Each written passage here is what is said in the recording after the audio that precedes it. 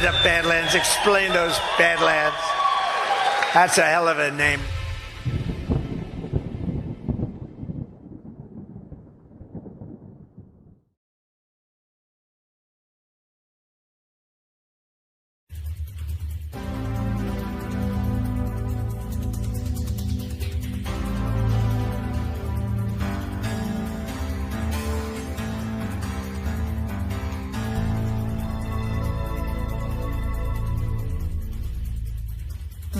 Good evening. Today is Black Monday, the day the Dow dropped more than 500 points. Please join me in welcoming George Soros. Everybody's panicked. Everyone's everybody would try to find a bottom. To stand up and do something, become really engaged in the electoral process in this country.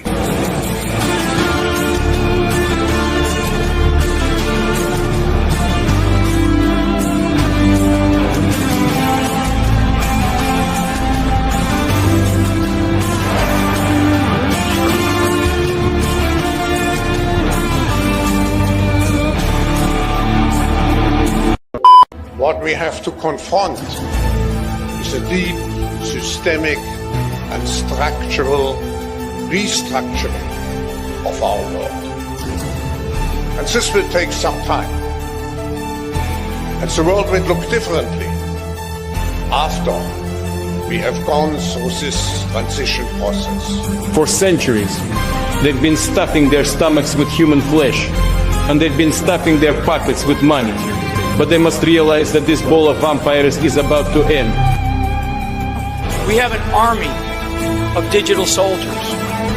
That this is coming. This is going to be a part of a future where we can take back our power in ways we didn't even think about in the industrial age that are coming in the digital age. But the common people of these countries in their heart, they can feel what's happening. They can see our struggle for our independence, for our true sovereignty.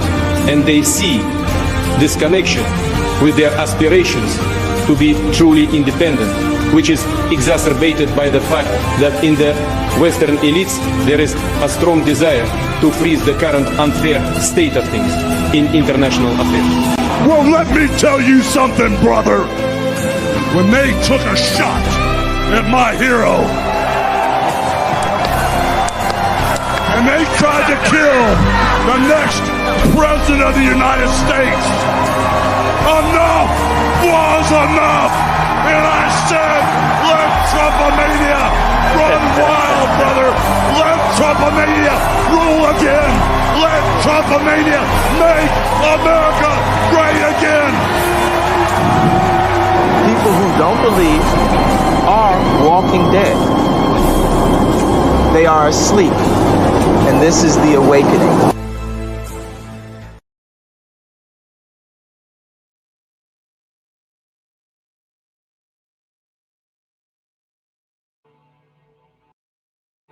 It is also worth noting that Isser Harel was the top intelligence official implicated in Operation Susanna, a false flag attack where Egyptian Jews were recruited to firebomb Egyptian, American, and British civilian businesses in Egypt in 1954.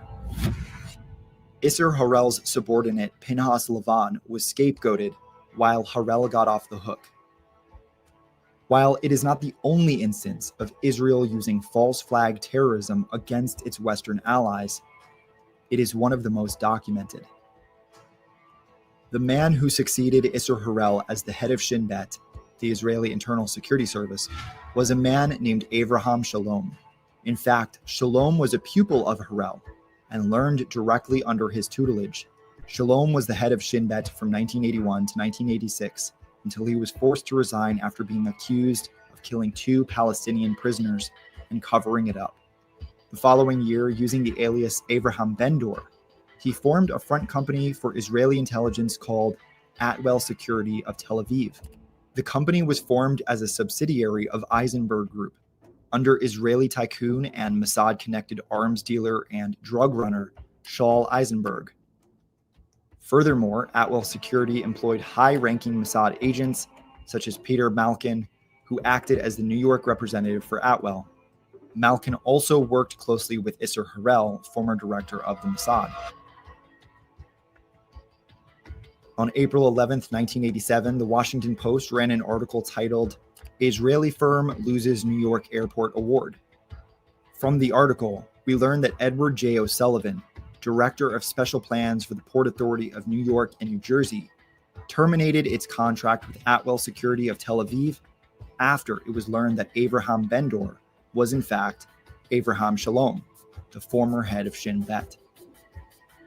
Although the contract was canceled within weeks, many believe it was long enough for the Mossad to gain access to blueprints for the entire World Trade Center complex.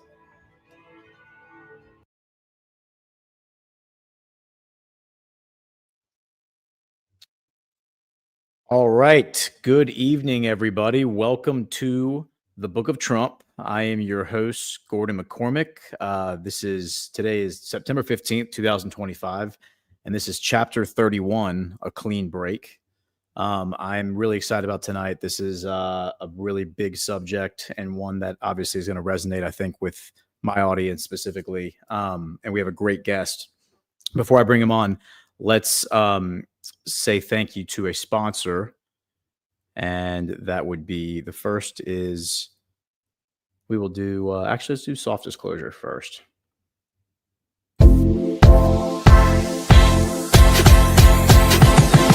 Deodorant should do more than cover you up. It should protect you all day long. Dude, the deodorant stick is legit. I like the mint one. And, you go work out and you kind of get you get funky if you work out. Dude, at the end of my workout, I'm sweating, shirt got all those sweat. I'm like, dude, I still smell good. I absolutely love it. If you guys haven't tried it, try it. That's the difference with Soft Disclosure. No aluminum, no chemicals, just clean, natural ingredients that fight odor and keep you fresh through every workout, every meeting, every moment.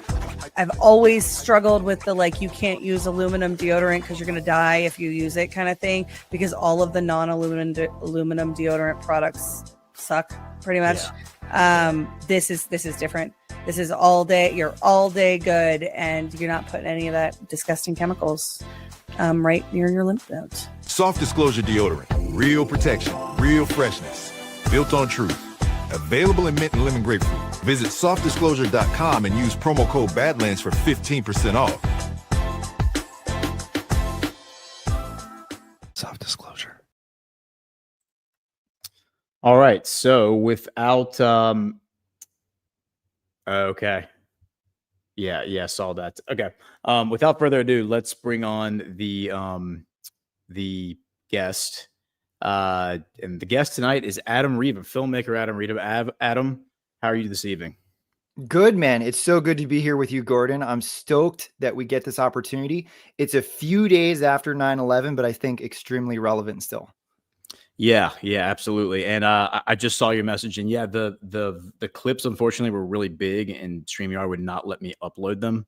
So it was it said you need to share your tab and do it that way. So I don't know how well the audio came through on it, but so that was a clip for those watching from Adam's new documentary. And Adam has made several films with us here at Badlands and is a good friend, fantastic filmmaker, as you can tell from that clip. And this specific film, A Clean Break, I'd like you to explain the inspiration for it and why you decided to make it. But ultimately what it's about is about the Israeli influence over the U.S. government, specifically focusing on the era around 9/11. And it's a very powerful film. I have a link to go watch it in the description. So once we're done here, I encourage everyone to go watch it. I think it's a great companion piece to Codex 9/11, Brad Zerbo's film. I think those two together will just give you a very, very clear vision of the political battle space right now and what we're up against. And with everything that we've been talking about, not just on Badlands, but specifically on this show over the past, 31 weeks, I feel like it couldn't be better timing. I believe he released this a month ago, if I'm not mistaken. Yeah, each year for the anniversary of 9/11, we release a new film, a new installment in our Order Out of Chaos series, which is our 9/11 series. There are so many great documentaries out there already on 9/11. You mentioned Brad Zerbo's film that just came out, Codex 9/11, which is awesome. I watched it as soon as it dropped, and it comes at it from one angle. We wanted to come at it from a different angle. This series attempts to get at the who. That is the big driving force behind this investigation. There are many documentaries that poke holes in the 9/11 Commission report, in the official story. We're attempting to just really get to the who is behind 9/11. And this is the 5th installment. It's the longest episode in the series at about an hour in length. We work on these as a team. Each film, some of them are written by Ryan DeLarme. Some of them are written by me. Some of them are edited earlier by Mouthy Buddha or my buddy Loyal 9. I took my swing at this one. This is the first one in this series that I edited. I wrote it myself. And so it was a labor of love. 9/11 was and still is a big part of my journey. Around 2006, 2007, I woke up to the reality that we were being lied to, which was really just allowing myself to believe like what I saw with my own two eyes. What Americans saw was something that is impossible according to the official story.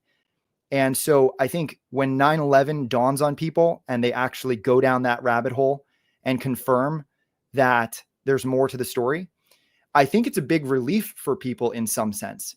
Yes, it challenges their belief systems and is uncomfortable, but I think on a deeper level, it's like, okay, this makes way more sense. And so I'm very excited to talk about this film. You showed that one clip. We have another excerpt later on that we can introduce. And I think just as a general pretext to this conversation, I want to say that Israel is the key to understanding so much of what is going on today, from 9/11 to Epstein to so much more. And so I'm thrilled to be here to discuss it with you, man. Yeah. And that's going to resonate, I think, well, specifically with this audience, because we've spent so much time. The premise of this show, for those who are new here, is the first telling of the history that we're living through right now. All history is interpretation. So this is our interpretation of what we are witnessing. So we kind of go and Donald Trump kind of becomes the vehicle for that history. So we do shows that are on just about every subject there is. We've done a show on Trump Tower. We've done a show on Kanye West. We've done 2 shows on Bibi Netanyahu, 2 shows on Robert Maxwell.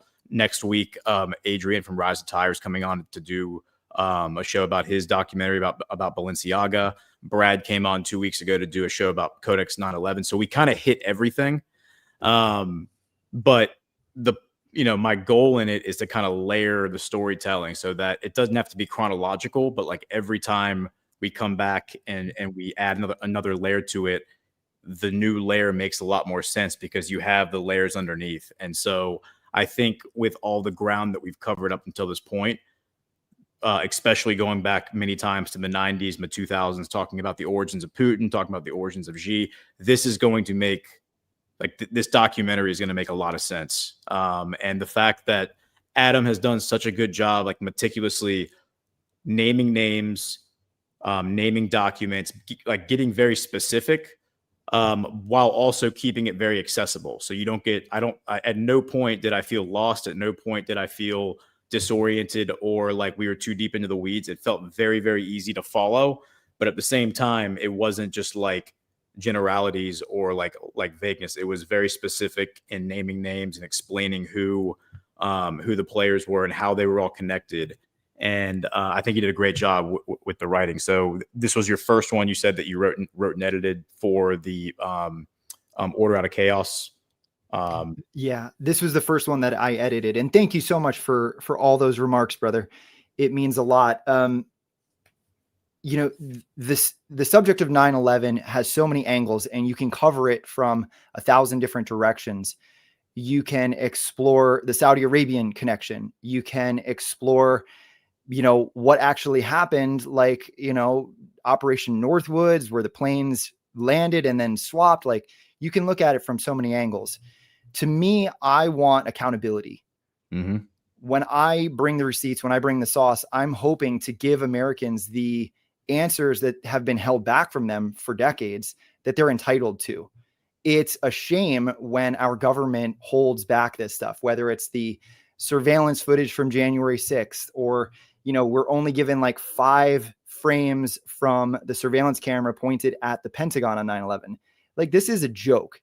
And we are entitled to that because it is our government. This is supposed to be a government of the people, by the people, for the people.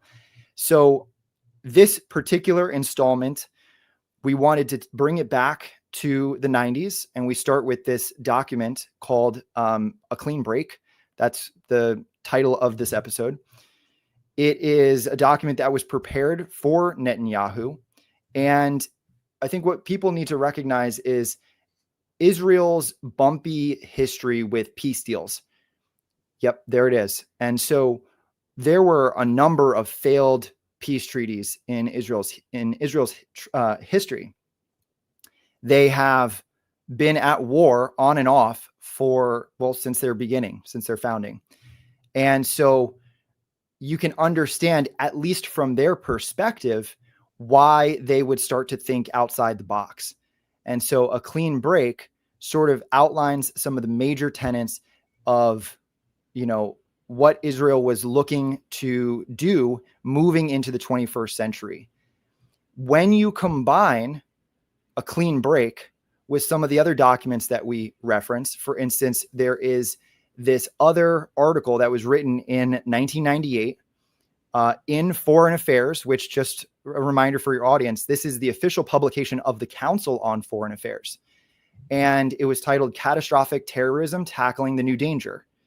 This was an article that was authored by Ashton Carter, who was Secretary of Defense under George W., former CIA Director John Deutsch, and Philip Zelikow. This is an interesting character that we focus much of the film on.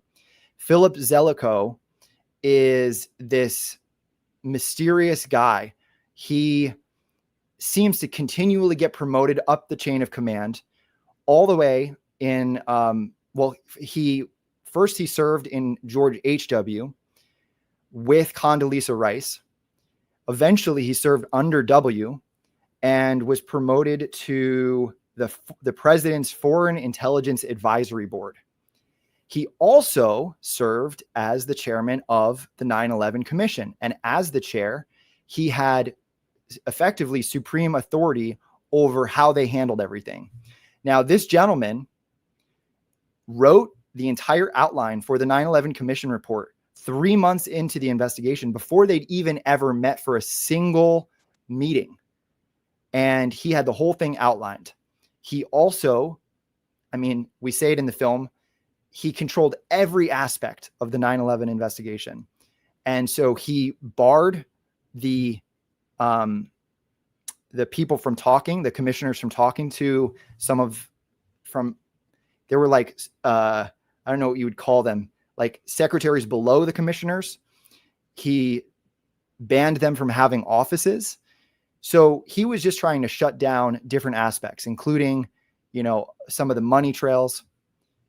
So when you take a lot of this in the 40,000 foot view, you have these neocon individuals who are sort of telegraphing that there will be this big catastrophic attack on America that could kill thousands of lives.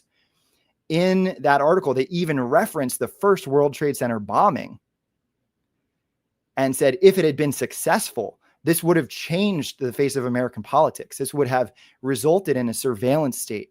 It would have resulted in something like the Patriot Act. It would have, resulted in the subversion of American civil liberties. And then this guy goes on, after writing that article for the CFR, goes on to serve in the exact position that would be necessary for the cover-up of 9/11. And that's really just the first chapter.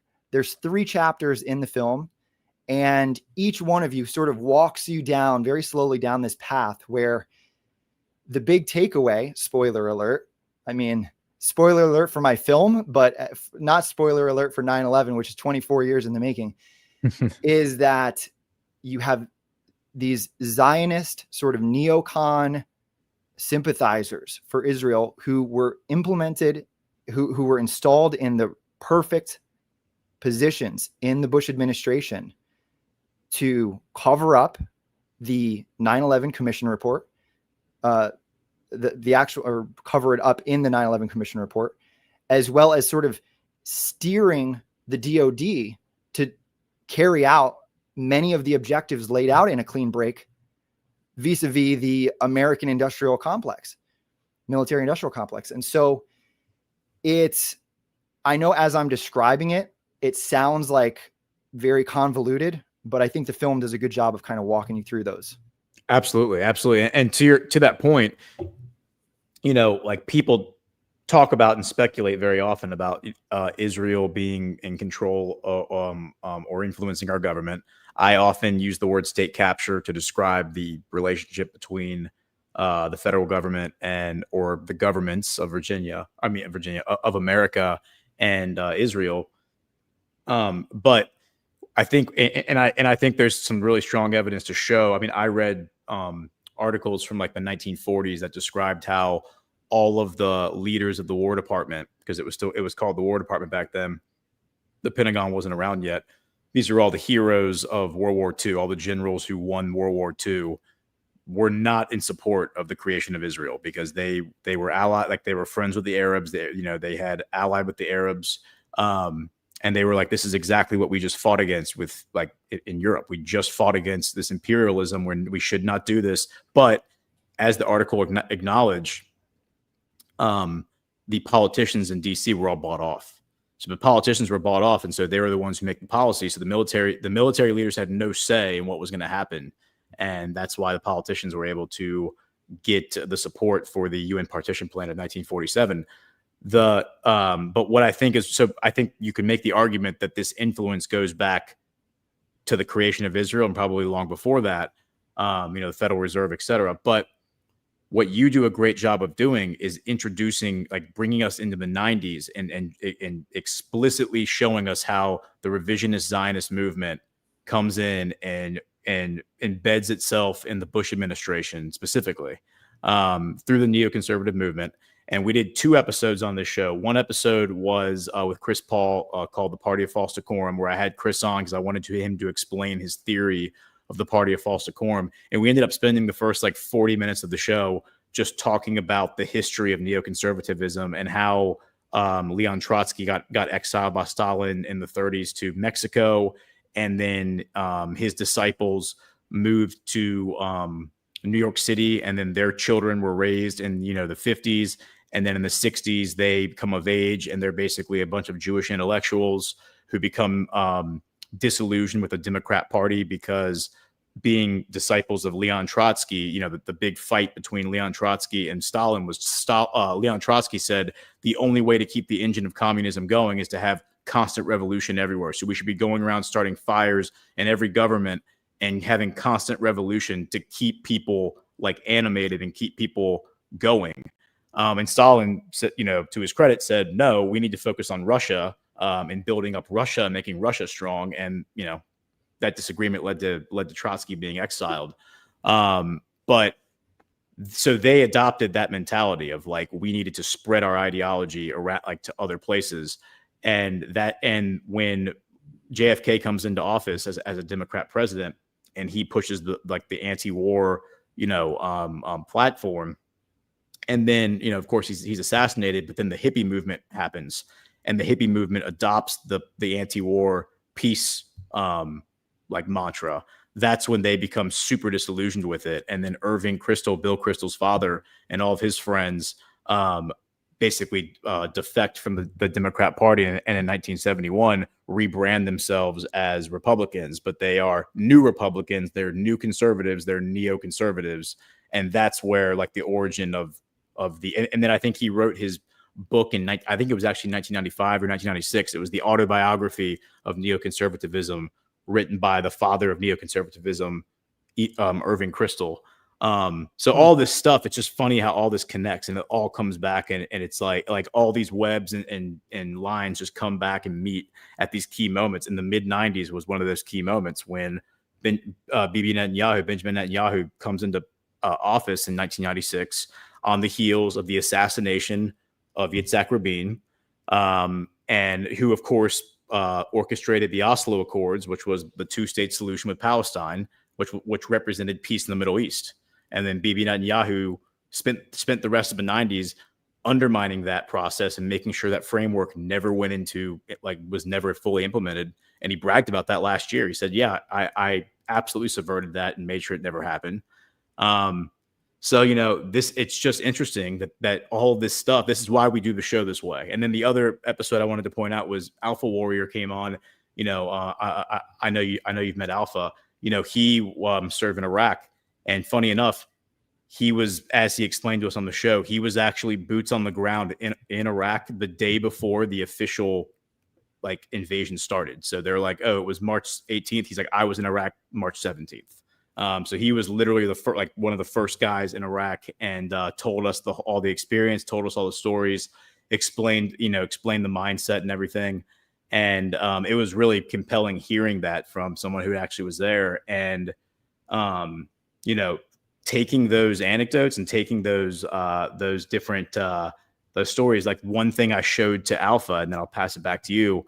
If I go back to the Wikipedia page for A Clean Break, it mentions right here, A Clean Break, a new strategy for securing the realm, is a policy document that was prepared in 1996 by a study group led by Richard Perle for Benjamin Netanyahu, the then Prime Minister of Israel.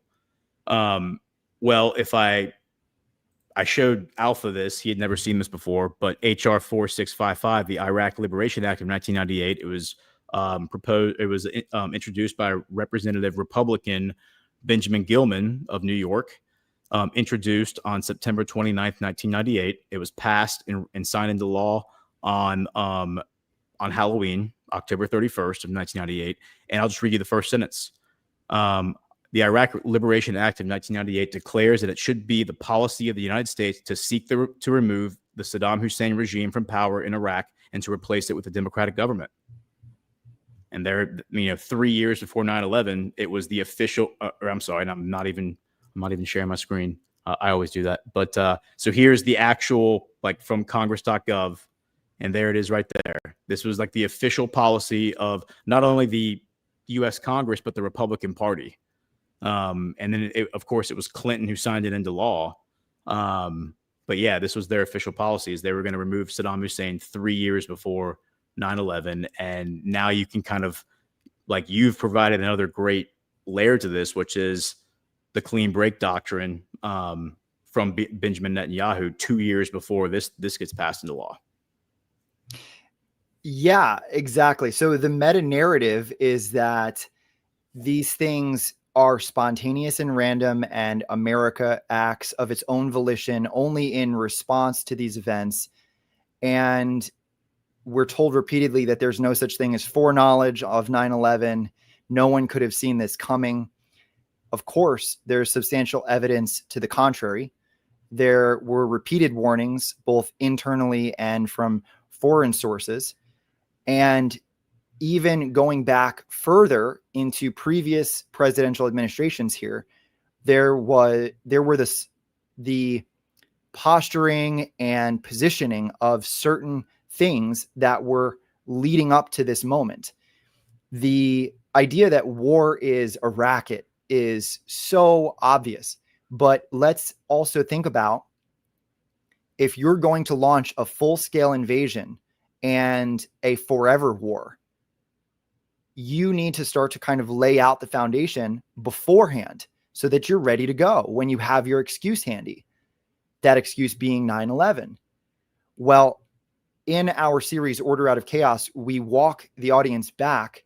For instance, in volume 3, we go into the Clinton years.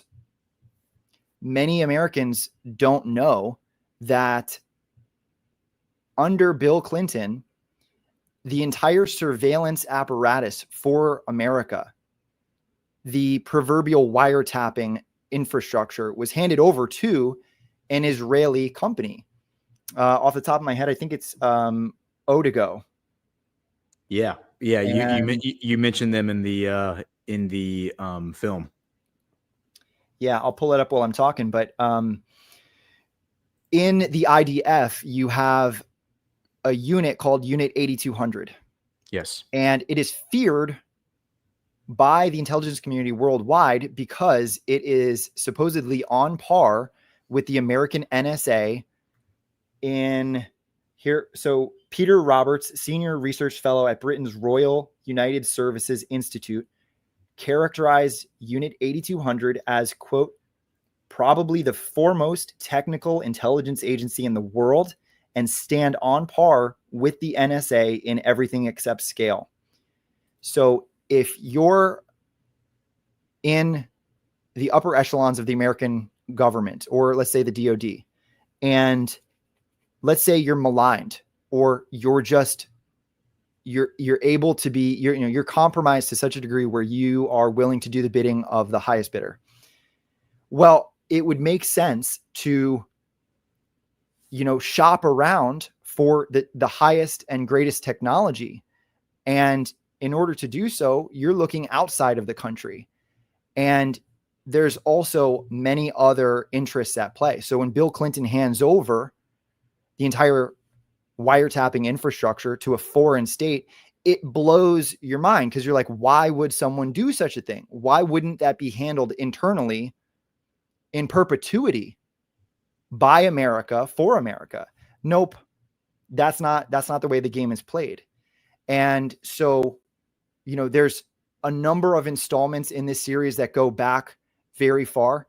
But I also just want to remind your audience, and you know this very well, is that these career politicians and these career bureaucrats who've been in the government for many decades, many of the same actors and families that were connected to 9/11 are connected to some more recent issues in America, right? The double impeachment of Donald Trump, January 6th, right? The Cheneys.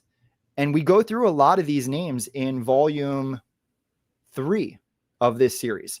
We outline very clearly that, the Robert Muellers of the world that were lying about WMDs in Iraq in front of Congress. Well, they're just happening to lead the investigation into Donald Trump, a few years later, when there's someone who challenges their legitimacy and their dominion and their agenda, in the DoD. Yeah, no, it's a great point. And,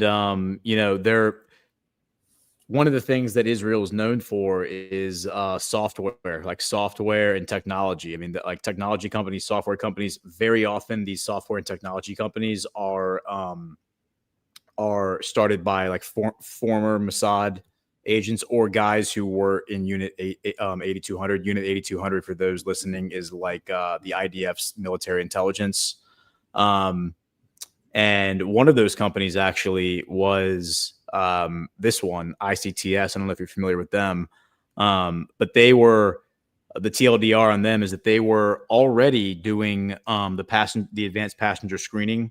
They were already doing airport security the day of 9/11, and so they had, like, this is the parent company, and then they have these subsidies. One of them is ISEC, and the other one's Huntley. So ISEC is the one that provides now, like like after the Patriot Act, provides all of the software, like advanced passenger screening, travel doc, iPass, APIS solution, and then Huntley is actually like the staffing company where most airport, I think every airport or most of the major airports in the United States and even in Europe will go to Huntley and use them, and then Huntley will staff the actual security at the airport, and set up the actual personnel, like infrastructure inside the airport.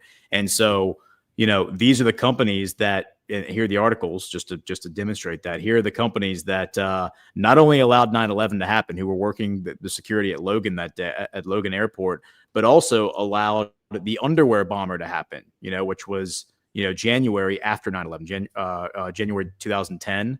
And then you remember like the shoe bomber, like they allowed the shoe bomber to happen. And so it's like these guys. Yeah. So here's the shoe bomber. So December to after 9/11, and then the underwear bomber was I think 2010, but they quote unquote allowed this to happen, like it happened under their watch, I should say. And then the Patriot Act gets passed, and then because of the Patriot Act, they then get these robust contracts to beef up and do even more than what they were doing before. And these are all Israeli companies. These are Israeli companies, and this company in particular is openly, like, it brags about the fact that all the three guys who started it are all former Israeli intelligence. I think two of them are Mossad and one of them is Unit 8200. But they're proud of that. They're like, that's the credentials that we know what we're doing here. And you may have remembered last year on X when everyone was freaking out saying, in order, like, they were about to turn over the payment system to this company, and everyone was worried that in order to collect their payments from X, they're going to have to give their personal information to Mossad. That's what everyone was saying. Well, the truth of that matter was that it was this company, All 10 Ticks, Identity Intelligence, which is another subsidy of ICTS, and it's under Section 326 of the Patriot Act, which says that you have to be able to verify the identity of any person seeking to open an account to the extent reasonable and practical. And so they're basically saying we need, like, your driver's license. We need to know exactly who you are. Like, we being X needs to know that before we can give you money.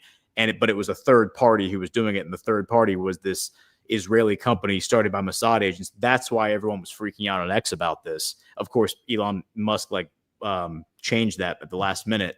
But again, it was the Patriot Act, which spun out of 9/11, that was caused by this company, that gave them the right to be able to do that. So they would know then exactly who everybody was on X.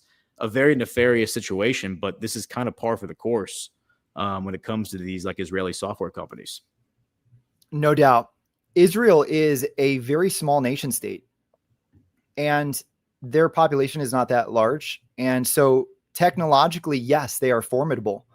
And they recognized, I believe, around the time of a clean break. So sometime in the 90s, they realized that their best bet was to almost put on the exoskeleton of the United States of America and fight with that. So leveraging, and by the way, it's not just America. Their influence around the world is profound, and we could do a whole show on that. And there's ties into Gladio, of course. And so their terrorism is, I mean, there should be books on this. We have the strike on the USS Liberty, which has been covered ad infinitum. At the beginning of today's show, you showed the clip from my film of Operation Susanna, which is a lesser known one. The reason I went with that one is because it's lesser known, but also because it's the most documented, wherein you had, British there were British troops around the Suez Canal that had been stationed there for some time, and they were ready to pull out, and Israel was not okay with that. And so they staged terrorism throughout Egypt on Egyptian targets, American targets, and British targets as a false flag to justify further deployment or further, the troops staying longer.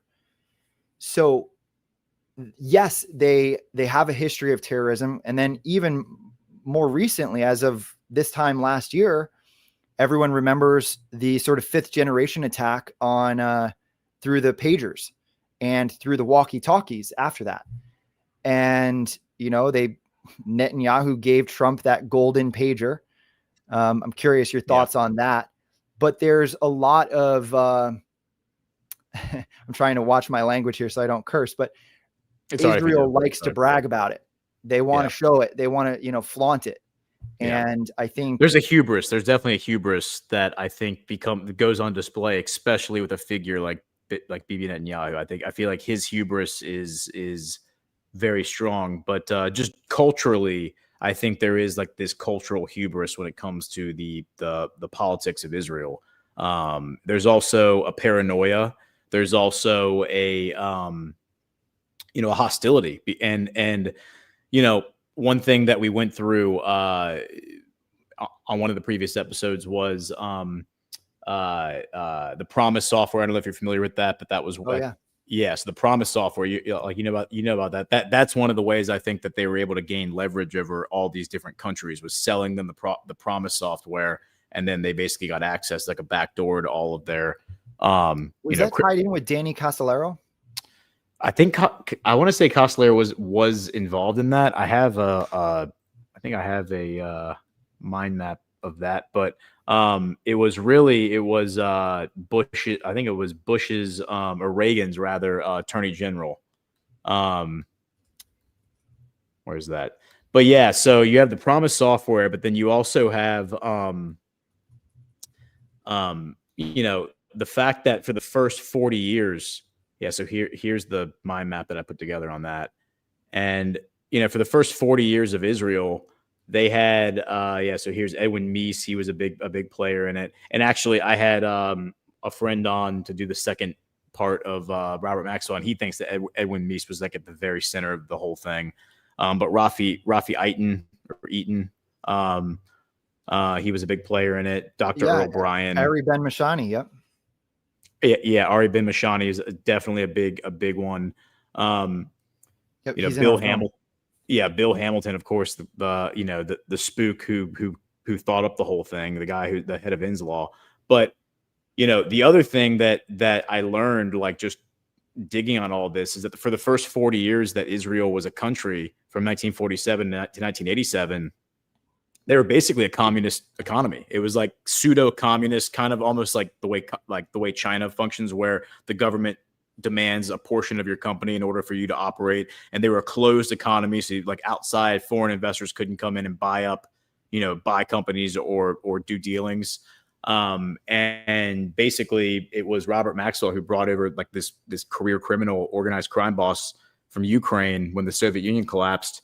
And he infused like $100 billion of ill-gotten gains to launder the money through Israel when the Soviet Union collapsed. But that saved the Israeli economy. And so it seems like their justification for doing, the reason I go through all that is I think the justification from their mindset of like, here's why we do it this way, is because they want control over everything, because there's this paranoia that if they don't control every little facet of life there, it's a security thing. Like if we don't inspect every single little pallet that gets shipped over here on a cargo ship, somebody's going to put a bomb in one of those cargo ships because they want to kill all of us. Like that's the mindset. And so that creates like a militancy that ultimately manifests as like fascism, basically, where the government just wants to have eyes and ears everywhere and is constantly paranoid and just thinks everyone's out to get them. And you see that manifesting right now geopolitically, and it really is causing a ton of problems for Netanyahu and his administration.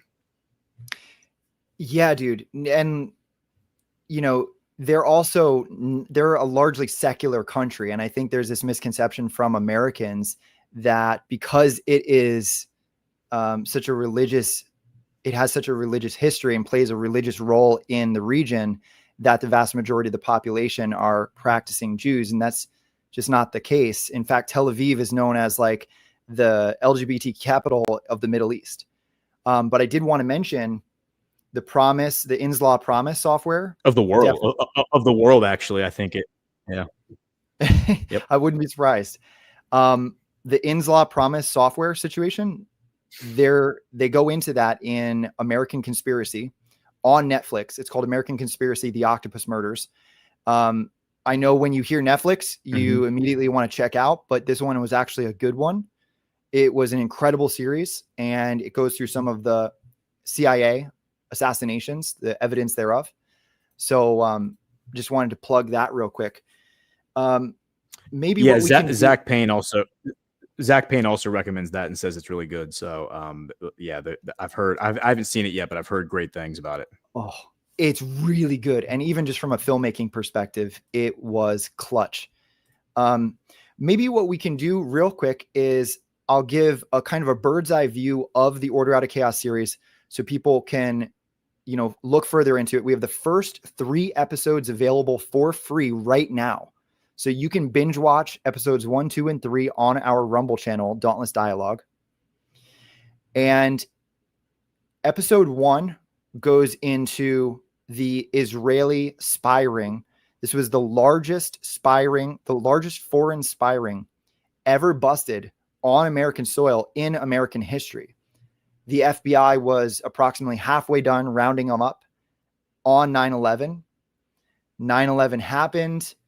They even scooped up some new players in their dragnet. They got the dancing Israelis, the high fivers. We cover them in episode 2, actually. There were definitely more targets on 9/11. Even recently, you had TMZ come out with that documentary piece on the 5th plane that we were never told about, which was interesting.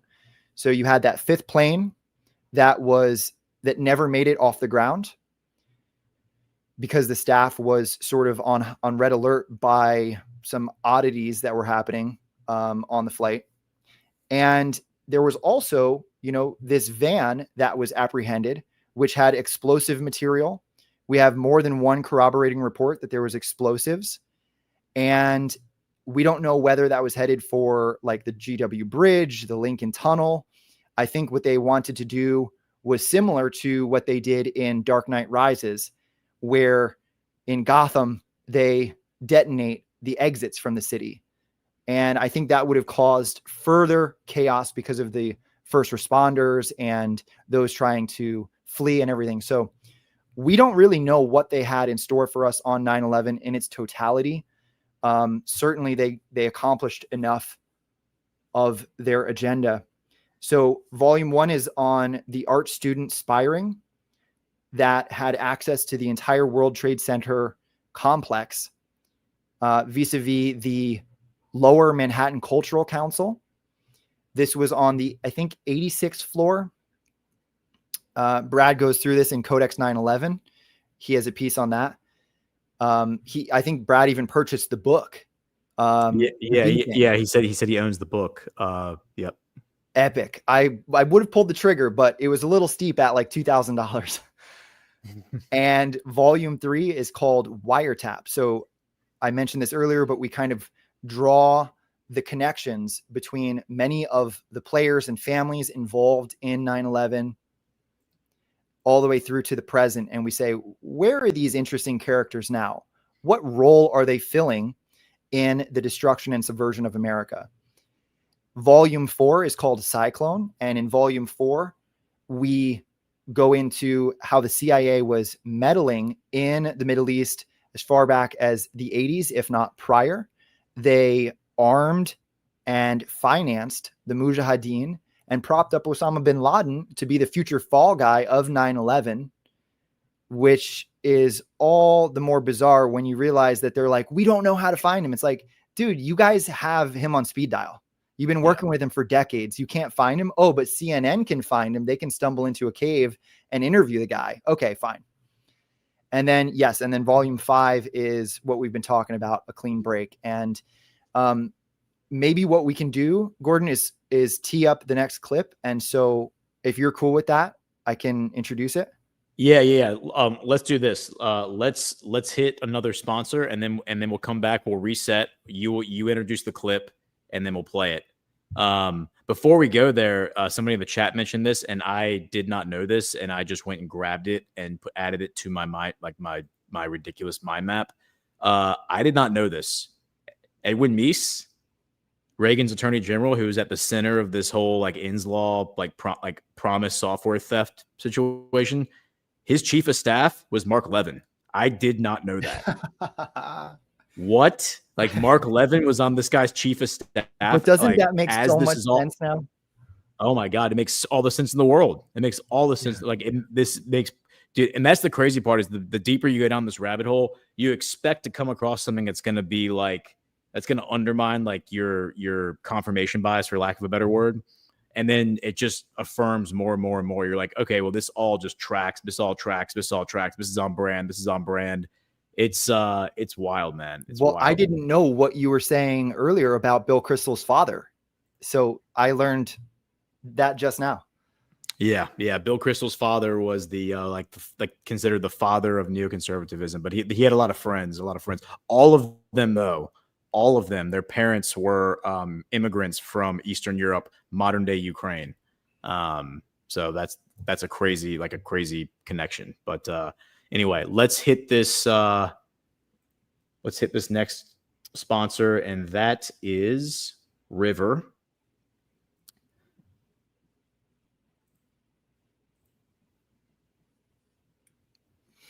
Ready to stack sats? River's got your back because they're Bitcoin only, built by Bitcoiners for Bitcoiners. With River, you get zero fee recurring buys, set it and forget it every hour, day, week, or month to grow your Bitcoin effortlessly.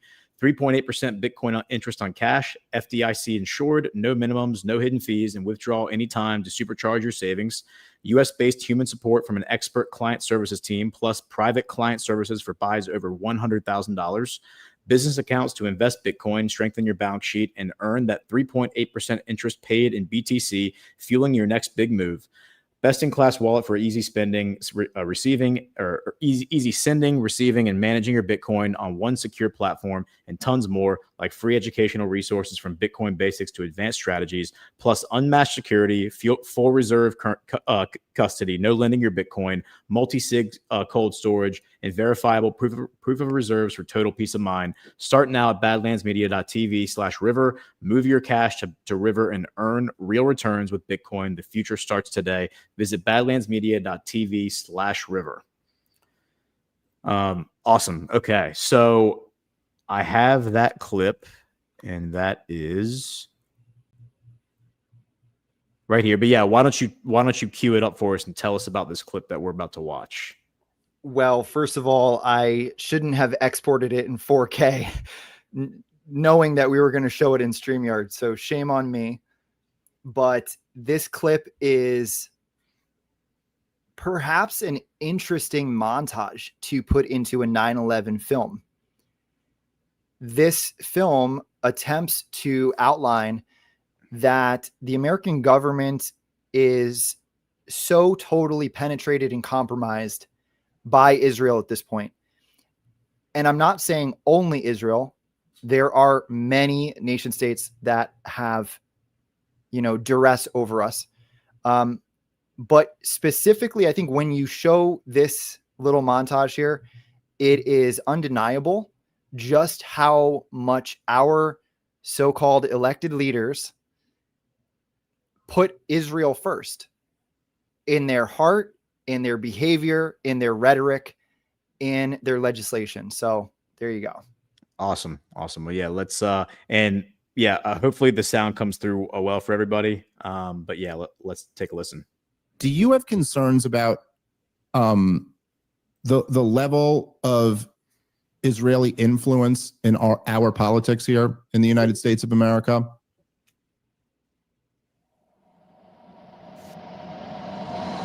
You've also said that Congress is an Israeli-occupied territory. Now, what do you mean by that? What I meant by that is the most powerful lobby in Washington, which Congress can't stand up to. One of the most powerful is certainly the pro-Israeli lobby. It has gotten its way in this town year in and year out. Our nation's greatest ally in the Middle East is under attack. The first bill that I'm going to bring to this floor in just a little while will be in support of our dear friend Israel, and we're overdue in getting that done. If this Capitol crumbled to the ground, the one thing that would remain is our commitment to our aid. I don't even call it aid, our cooperation with Israel. That's fundamental to who we are. It's of interest to our audience. Are you Jewish? I am not, and sadly not. I'm honored. I don't mind people thinking that at all. I came into Congress 13 years ago with the stated intention of being the leading defender of Israel in the United States Senate. Right. I've worked every day to do that. We all have to be Jewish. And I just want you to know this sign says all you need to know about my trip. You have really two options with the Jewish people. You can be envious or you can be grateful. Everybody but me has an APAC person. What does that mean, an APAC person? It's like your babysitter, your APAC babysitter. Wild, outlandish theories who is always talking to you for APAC. Speciously based on nothing. But they are, firmly embedded in APAC. Every member has something like this? I don't know how it works on the Democrat side, but that's how it works on the Republican side. And that is the work of the Democrats and Republicans. It's very important for us to keep it bipartisan. The pride of being able to be here and do work that facilitates making things better for people. And in the greatest country on earth, next to Israel. It's coming to a point where it's so obvious all the time in everyone's language, the social media posts they put out, the statements that they make. They have to proclaim Israel. They have to proclaim their faith and loyalty in Israel and how they, Israel is our greatest ally. And it's a statement that has to be made over and over and over again, to the point it's becoming like, wait a minute, what about our own country? What about our own people? But I believe that Israel has a powerful stranglehold on the American government. They control both members of the House and the Senate. They have us involved in wars of which we have little or no interest. Our children are coming back in body bags. Our nation is bankrupt over these wars. And if you open your mouth, you get targeted. And if they don't beat you at the poll, they'll put you in prison. One of my favorite segments of the film, and like very, very well done, very, very well edited.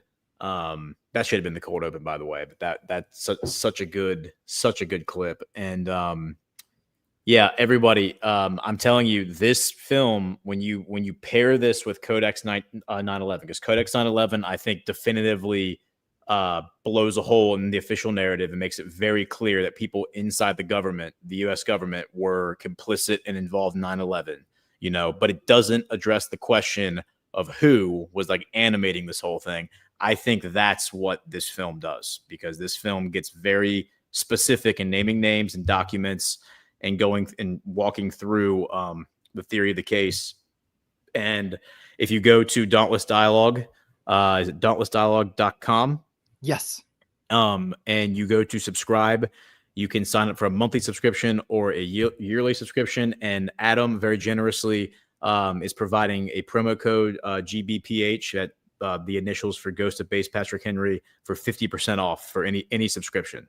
And we definitely want to support the people who support us, who share our values. And that, of course, would be Dauntless Dialogue. So I would encourage everybody to go sign up for at least a monthly subscription to go check out their inventory. But go ahead and sign up for the yearly subscription, because that Adam's going to be coming out with a lot of other great documentaries here in the future. Well, thank you so much for that, man. Yeah. Your audience might remember me from Time of Deceit and The Crucible of Donald Trump, 2 films that I collaborated with Badlands on.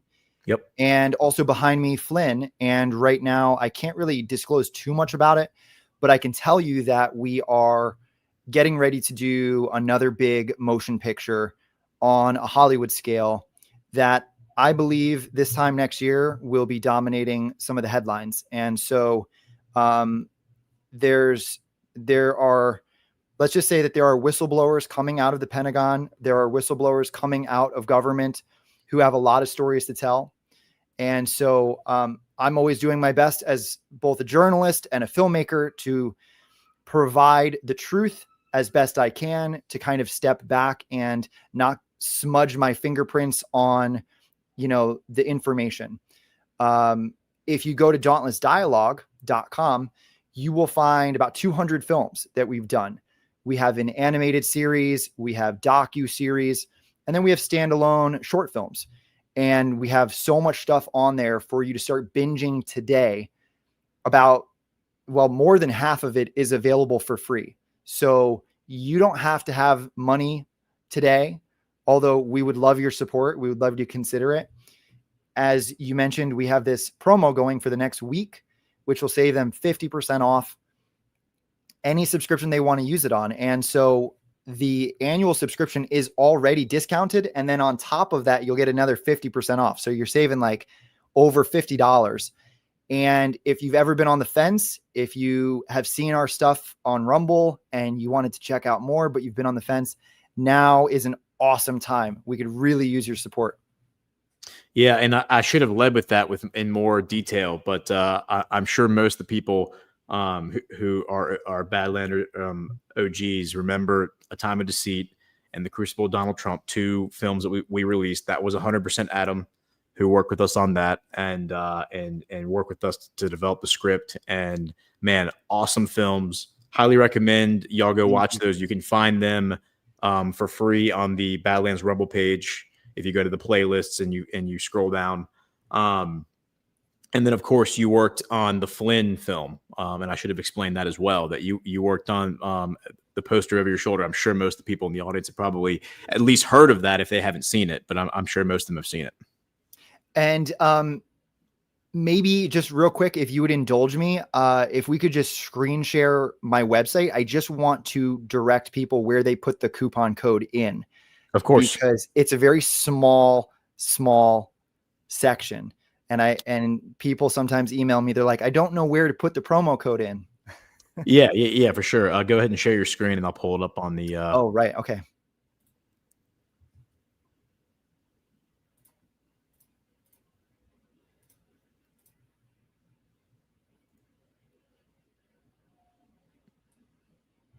Cool. Okay. So if you go to subscribe and you scroll down, we have some different payment plan options here. If you click on either of them, you will scroll down, and right above the credit card section, you have to click on have a coupon. And that's where you're going to type in GBPH for 50% off. Thank you for letting me show that. Yeah, of course. Yeah. And guys, remember 50% off, $9 for the monthly subscription. So 50% off of that, $90 for the yearly subscription. I'd encourage everyone to go ahead and get the yearly subscription to help Adam out. We want to support people who are making great content, the kind of content that you can red pill your friends with. Because Time of Deceit, I still like send that to people when they're asking me for like something informative. I will still send them A Time of Deceit. Like that's such a powerful film for people who have no like introduction to, you know, Mockingbird media, the CIA, etc. So, yeah, thank you again for making those. And that again, that's the caliber that you're getting when you're watching Dauntless Dialogue. So you know that when you watch this one, that it is on that same level. I was glad that in that I told you before that I had 2 clips from the film that I wanted to share. One of them was actually the Tammy Bruce clip, because she was the State Department spokeswoman, but she was fired back in July. And she was fired, I think, my speculation, she technically wasn't fired. She was reassigned to the UN, but she still hasn't been confirmed. Mike Waltz, by the way, you may have remembered him, National Security Advisor. He was also reassigned back in April to the UN. He also has not been confirmed yet because, I don't know, they're just like in limbo. But both of them obviously were fired, or it seems like they were. And she was, interestingly enough, was fired because, and this just kind of like reinforces what your film is about. Because the Saudis and the French and the Arab League met in New York in July, and they were going to come up with a plan to get rid of Hamas. And she came out and just totally like, they refused to go to it. This is when Trump was in Scotland, meeting with the Europeans, and she refused to go to it. Rubio refused to send anybody, and she came out and just totally like just insulted them, disrespected them, said this is a total publicity stunt. It's a gift to Hamas. Y'all are awful. And then they came out like right after she did that in a press briefing and released the Declaration of New York, is what they called it. And it was all of the Arab countries in the Middle East demanding that Hamas surrender to the Palestinian Authority, the government in the West Bank, turn over all their weapons, release all the hostages, and the leadership leave Gaza forever. And basically just made her look awful, like egg on her face. Funny enough, right now, the United Nations General Assembly is meeting in New York. So 193 countries in New York meeting. Palestine, by the way, wasn't allowed to come. They revoked all their visas, not Hamas, but like the Palestinian Authority, which is an enemy of Hamas. And Morgan Ortagus, who is like Tammy Bruce's clone, basically. She stood up because they held like the vote for everyone in the UN to vote on this New York Declaration to back it for like the 2-state solution. And it was like 142 countries voted yes, 10 countries voted no, including Israel and the US. And then the rest of them like weren't around or abstained or whatever. And she stood up right after and made this. She literally pulled out Tammy Bruce's statement from July, read it word for word, like insulted the Saudis, and then said the only acceptable outcome is for Hamas to surrender, turn over their weapons, and release all the hostages. And they're all sitting there like, did you not just hear what we just said? Did you not hear what the declaration said? But I think that just goes to show like how like unhinged this whole like revisionist Zionist or just Zionist movement is, like how the whole thing is so deranged. Like it causes like a derangement the same way that like Trump derangement syndrome causes people to just like lose touch with reality, their grip on reality. They cannot engage like in earnest with good faith negotiations and good faith, discussion if those discussions are on subjects that they are not interested in. Wow. Yes, Israel has blackmail on substantial portions of our government and leverages it however they can. Yes. However, let's not also neglect the fact that it's a two-way street. We get what do we get out of Israel? And if you're under the age of, 30, we've pretty much been involved in the Middle East your entire life. And I'm not just talking like 2004 forward. I'm talking Desert Storm and prior. And so the Middle East is such a critical piece of the chessboard for a number of reasons. It's far enough away from American soil where it's sort of out of sight. And with social media, it's brought it more into our periphery, but it's far enough away and it's past, it's past Europe. So it's way out there. And obviously there is this religious history there. So if I'm a social engineer or if I'm a New World Order architect, I can leverage that chip in both directions. I can play both sides of the religious warfare. And then you have more, you have Americans here, the Jewish community, which you don't have to look past Ben Shapiro to know that they're like gung ho for Israel. And so you have your own population here, substantial parts. And I would say, the evangelicals and many Christians and just many mainstream Republicans that have drunk that Kool-Aid most of their life, that Israel is an ally. And, we go through some of the Snowden documents in this film that Glenn Greenwald published. I believe it's in Newsweek, where they talk about Israel. They flag Israel as, let me pull it up. I'll read you the exact quote. Maybe I can drop this in the chat too. I think this is important for people to see. Yeah, if you want to pull it up on screen too, I'm happy to pull it up. Okay. Well, I just dropped it in the chat. Oh, yeah, I got it right here. Yeah. According to Newsweek, quote, in a section of the document headed Foreign Intelligence, Counterintelligence, Denial and Deception Activities, Countering Foreign Intelligence Threats, Israel was listed as a leading perpetrator of espionage and intelligence collection operations and manipulation influence operations against the U.S. government, military, science and technology, and intelligence community organs. And that was from 2007, only published 7 years later in 2014. And so, I remember when I was writing the first episode of Order Out of Chaos, I came across a quote from someone who was saying that, yes, there were FBI agents who were aware of Israel's involvement or Mossad's involvement, but that mentioning it internally was career suicide. Now, why would that be the case? Why would that be the culture in our FBI? Why would the mere supposition, not even supposition, but the acknowledgement of evidence, right? The Israeli spy ring that we mentioned earlier, which was the largest foreign spy ring ever busted. Why would the mere mention of that inside of our FBI be career suicide? Just something to chew on.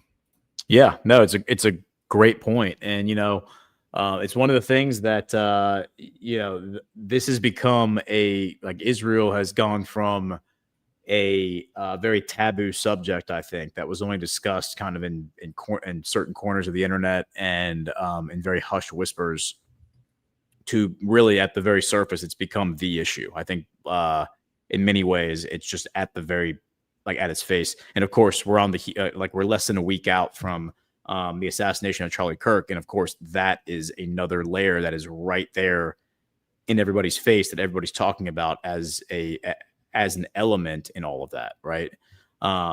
Because Charlie Kirk, of course, was arguably one of the most ardent pro-Israel voices in American politics, certainly in the younger, like millennial Gen Z demographic, you know, Christian Zionist, at least. Perhaps Ben Shapiro takes the title of overall Zionist.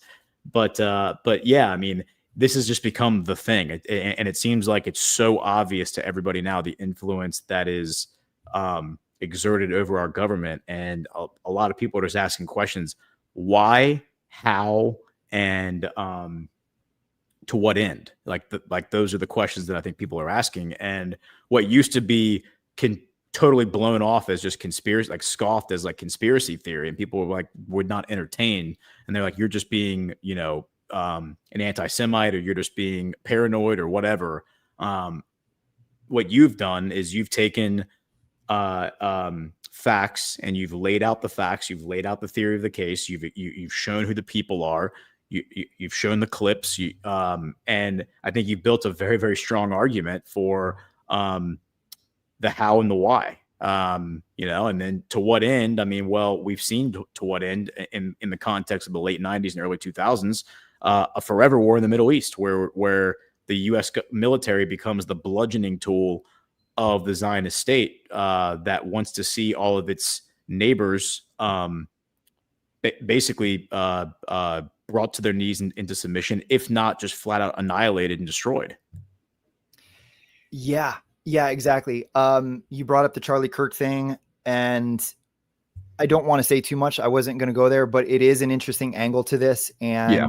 I'm certainly open to that as a possibility. I think it's a plausibility, perhaps. Yeah. We don't have to go, like, I wasn't bringing it up as like a discussion point. I was just pointing out that it's just one of those, like, Israel is just everywhere. It's just that is in the zeitgeist at the surface versus 5 years ago, you know, exactly. On 4chan, they were talking about it and really nowhere else. For sure. I totally agree with you. I think in just the last year, I've seen it dominate headlines and conversations from the apolitical to the political. And I'm seeing it now as like emerging as one of the hottest subjects. And, you know, you have that Q post, Israel is saved for last. There's a lot to unpack. I think if you put yourself into Donald Trump or the White Hat's shoes, you have a nation which is effectively compromised, like 90%. And there's all of these competing interests, but the one that is the most complex will take the longest to unravel and set right. The one that is the most total and complete will probably lead to like the government eventually being unshackled, let's say. Like if we have, let me put it this way. If you ask the question, what are we going to do if we don't have enough, you know, good people in our government? How are we going to replace them all? And maybe that's not the path forward. maybe the path forward is removing the blackmail apparatus that kind of presides over them so that they can go about doing their jobs. I don't care if a congressman or woman has some weird kink fetish or something. Yeah, right. I just want them to do their job. Yeah. But if they're operating under duress or under blackmail because they don't want their weird stuff to get out, well, that dramatically impinges on the freedoms of Americans everywhere and the stability of the entire world empire. And so, yeah, I mean, there's so much that's coming out now. I think that the same way that the years 2021 to 2024, where we had Biden being exposed to the American people, the New World Order being exposed to the American people, the sort of devolution period. I think that now this third chapter, I would say Donald Trump's first administration was chapter 1, Biden was chapter 2. We're in chapter 3 now, where the extent of the compromise over the American government is being very meticulously spelled out for the average American. Yes. Yep.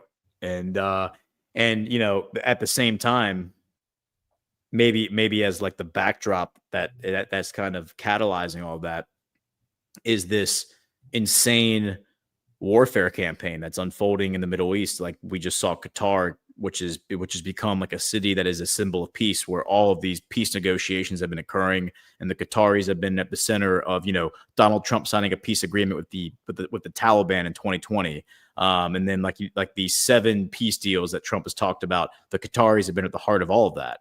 Now Qatar has its own sordid history, and that needs to be addressed as well. But it does appear, as I've covered on other shows, that there does seem to be, you know, like Chris Paul says, a good twin, evil twin in every country.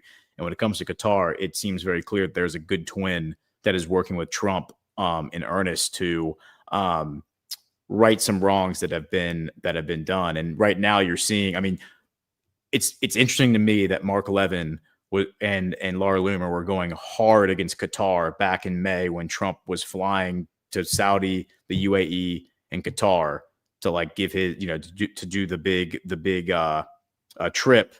And out of those 3, it was Qatar that they picked to like attack like viciously. And then now you have Israel bombing the capital of Qatar, which is just yet another country that they're trying to bomb. And you know, this greater Israel project, there certainly seems to be something to it that, I mean, Netanyahu has admitted that's what it's all about, that is the greater Israel project. And of course, he has a bunch of zealots in his cabinet that he is beholden to a certain extent, that he had to make a forced alliance with out of convenience in order to stay in power. That, you know, that's a discussion for another time. But it is very, very interesting how, to your point, this is all being spelled out, but at the same time, you have these ardent zealots, because you're right, Israel is a secular society. Like, for the most part, it is very secular.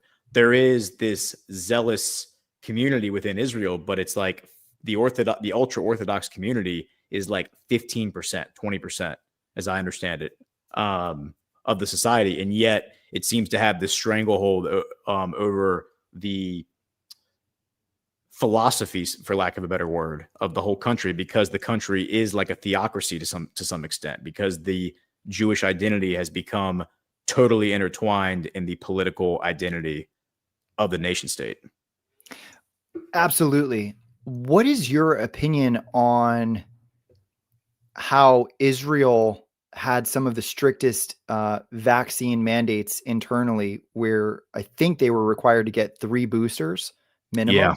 Yeah, that's a really, really strange one. And I don't have an answer. It's very, very strange. I mean, there are videos that are out there, and who knows if they're real or not, but there are videos out there of like people being like it's like a aerial shot in a giant room where people are being vaccinated, and it's purportedly in Israel. And like the people doing the injections are like shooting the syringe like off to the side. Now, again, there are clearly people in the background who are also being injected, and it's unclear whether that's happening at all of them. So that video could be fake. It could be in a place that's not Israel. You know, it's one of those things that like we just don't know. Like it's a really, really strange dynamic. Like for all we know, that factoid, that reported fact is just also made up. I've tried to adopt Chris Paul's mindset when it comes to this stuff, because he's right. It's like I don't know if 100% vaccination rate in Israel sounds insane, but also it's like, if you're the leader of Israel, why would you force your people to get this unsafe, unproven vaccine if they are supposed to be like the cradle of the future of the Jewish people, right? Yeah, you got me thinking, like, what if them having such a heavy-handed approach was to ward off any questions that they weren't actually like, don't worry, guys, we're being the most strict nation in the world. And maybe it's like saline. I don't know. Yeah. Well, I mean, it's, like once you start looking at all the, like the right of return stuff, where the people who get accused of crimes, particularly pedophilia is the one that always gets talked about, but they leave their home country. They, if they're Jewish, they apply for citizenship in Israel. It's immediately granted. And then Israel will not extradite them, unless it's like a very specific extreme situation, but 99% of the time they're not being extradited. So, there's that kind of stuff happening. And when you have that kind of dynamic occurring where the state is so protective of the people, it's hard to believe that they would forcibly vaccinate the country if the country is, if the vaccines are not 100% proven safe. So interesting. I've wondered that, and I don't have any answers either. Yeah. I wish I did. How are we doing on time? We're good. If you have any closing thoughts, we can kind of hit closing thoughts and hit some rants. But yeah, I mean, this is, again, I cannot overstate to everyone. I'm sure everyone in the audience has seen Codex 9/11. And I think when you pair that with this film, but even if you haven't seen Codex 9/11, if you watch Adam's film, it just gives you such a clear understanding of what animated 9/11, like what was the purpose of 9/11, or what was the forcing function of 9/11. I think most people understand the purpose was to get the military into the Middle East and start a forever war. But to what end? Well, to what end is you're kind of seeing it play out right now in the current news cycle, and that's to fight Israel's wars for Israel on behalf of Israel. And when you go through the theory of the case and show the specifics, like here's this person you mentioned, what was his name? Zelikow. Yeah, Zelikow.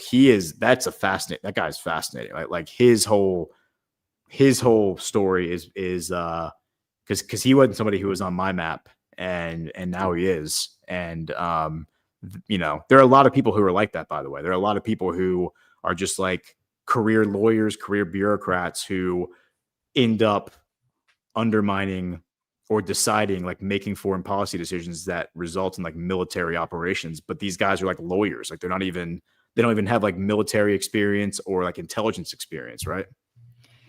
Right. I would say that your audience is probably very familiar with the Project for a New American Centuries document, Rebuilding America's Defenses, which came out right before 9/11 and they said, look, we need some sort of catalyzing event like a new Pearl Harbor to launch America as an empire into the 21st century, to continue this sort of colonization and the rollout of the military industrial complex, et cetera. And so, what a surprise, what a shocker that many of the signatories on Rebuilding America's Defenses were also behind the document, A Clean Break. And there's so many similarities between A Clean Break and Rebuilding America's Defenses that, you might as well call it plagiarism. It's a lot of the same stuff. And we go through in the film many of the groups and organizations. We name them by name. I call it the Policy Implementation Network. This is, these are Zionist groups here in America that have one ostensible public mission, but they're also, heavily involved in the propagandization of the American people to sympathize with Israel, to call any critics of Israel anti-Semitics, to constantly frame Israelis as the victims and Palestinians as the aggressors. It's just a straightforward propaganda network. And then we go into the network of individuals and we name them by name within the DOD, within the George W. Bush administration. Neocons had their day primarily under George W., but many of them are still around. And I think that when you analyze it through this sort of irregular warfare lens, many of them posture themselves nowadays, whether it's on Twitter or in their books, they're sort of capitulating to a degree. They're trying to blend in, wolf in sheep's clothing.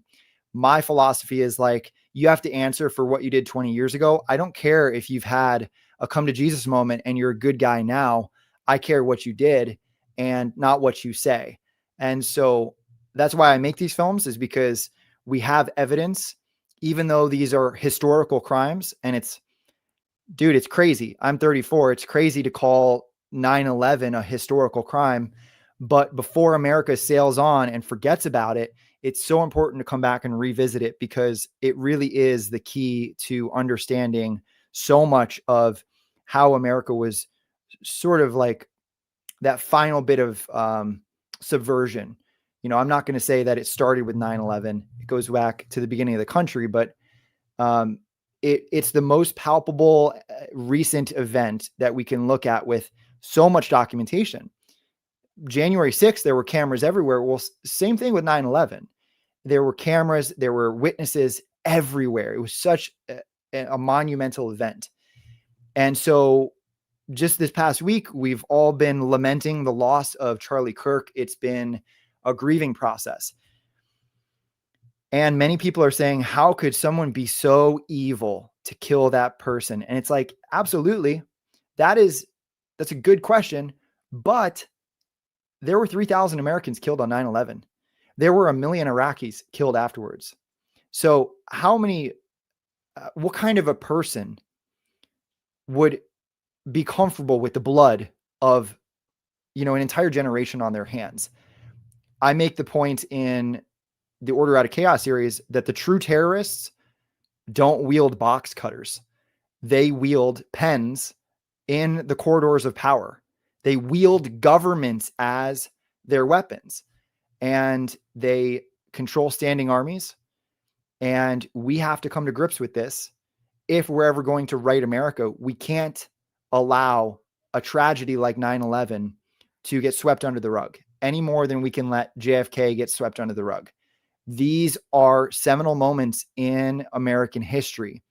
And I don't know what the timeline is, but correct me if I'm wrong, man. It feels like we're getting very, very close to some big kabooms on that sounds wrong. Not kabooms on 9/11, kabooms around the 9/11 subject. Yeah, around the narrative. Yeah, for sure. I know, and I think you're spot on 100%. And to that point, there was the great clip that you included in the film of I don't know if it was like a dinner that George Bush was speaking at, where he makes the joke about like, where are the weapons of mass destruction? And like everyone in the room is like cackling, like laughing their ass off. And it's like, dude, to your point, 1 million Iraqis dead, and Iraq had nothing to do with any of this. And y'all are sitting here laughing because there were no weapons of mass destruction, or the chemical weapons that were there, we gave to them illegally in 1980 and told Saddam who to use against Iran. Insane. And George W. makes the skull and bones joke. Right, and he makes a skull and bones joke, and I was like I'd never seen that clip before, but he makes a skull and bones joke right after making the weapons of mass destruction joke, and everyone in the room is like laughing their ass off. And it's just like, dude, yeah. And to reinforce your film, the message in your film, there's another clip I noticed of Colonel Lawrence Wilkerson, who was Colin Powell's chief of staff, I believe, testifying to Congress, and he since has had he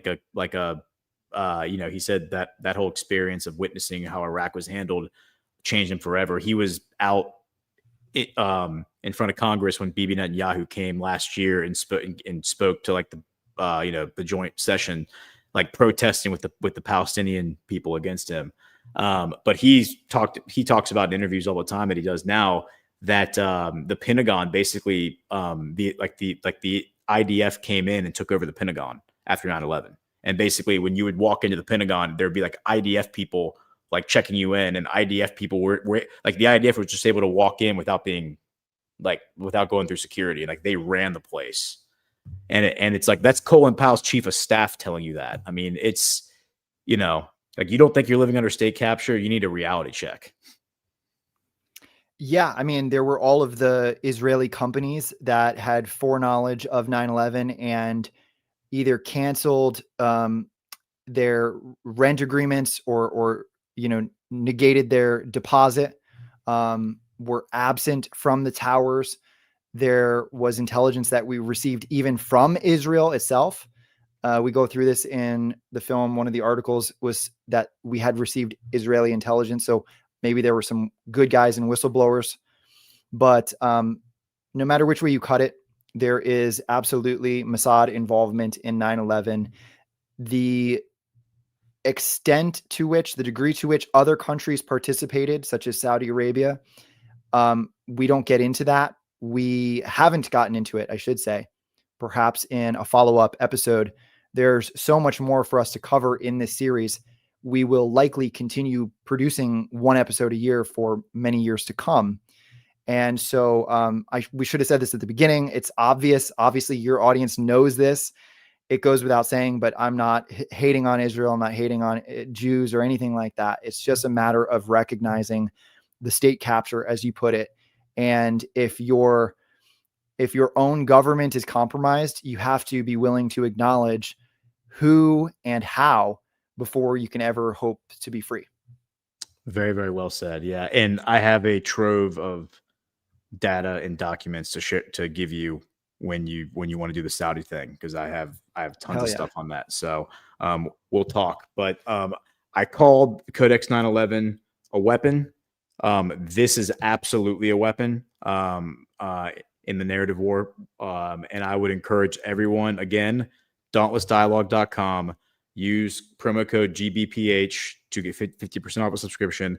Go support Adam, go support Dauntless Dialogue, and go watch the film, because the film is going to give you a lot of missing pieces of information that I certainly have not covered on my programs, and I haven't heard other people cover. So like to this extent, in this detail, from this angle. So I cannot say enough great things about it. Adam, if you want to stick around, we are thank you again for coming on. We're gonna hit a few rants before we get out of here. Absolutely. Do you mind if I make one short announcement? I'll be less than 30 seconds. Oh, please. Okay. I don't want to interrupt your flow, but No. I should have mentioned this earlier. We are just mere weeks away from launching our brand new website. We are also going to be rolling out Dauntless in all of the app stores, whether it's Apple, Android, Amazon. You're going to be able to download Dauntless on all your devices. And we are upgrading so substantially, it will be virtually indistinguishable from Netflix or whatever platform you're accustomed to. And so we are so close to launching this.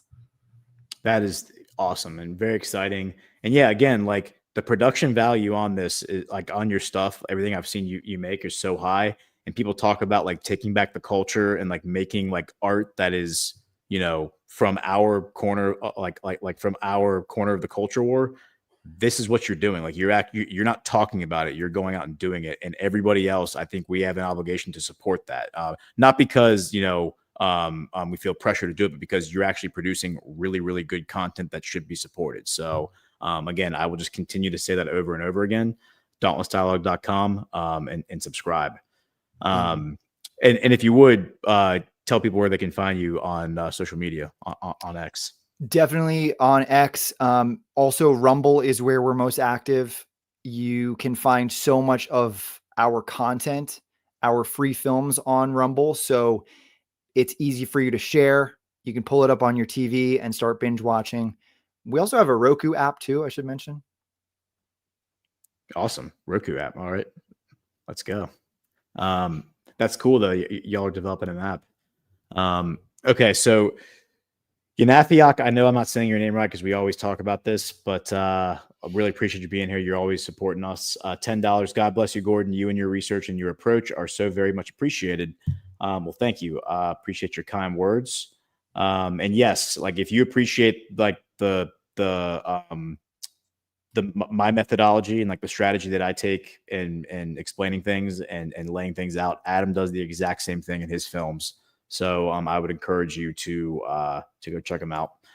Sleep State, an Israeli security company, Comverse Infosys, now known as Verint, that's VERINT Systems, ran the security in the White House and provided proof against Clinton in the Lewinsky scandal. Interesting. Yep. We cover them in our series in episode 2 and 3, I believe. Awesome.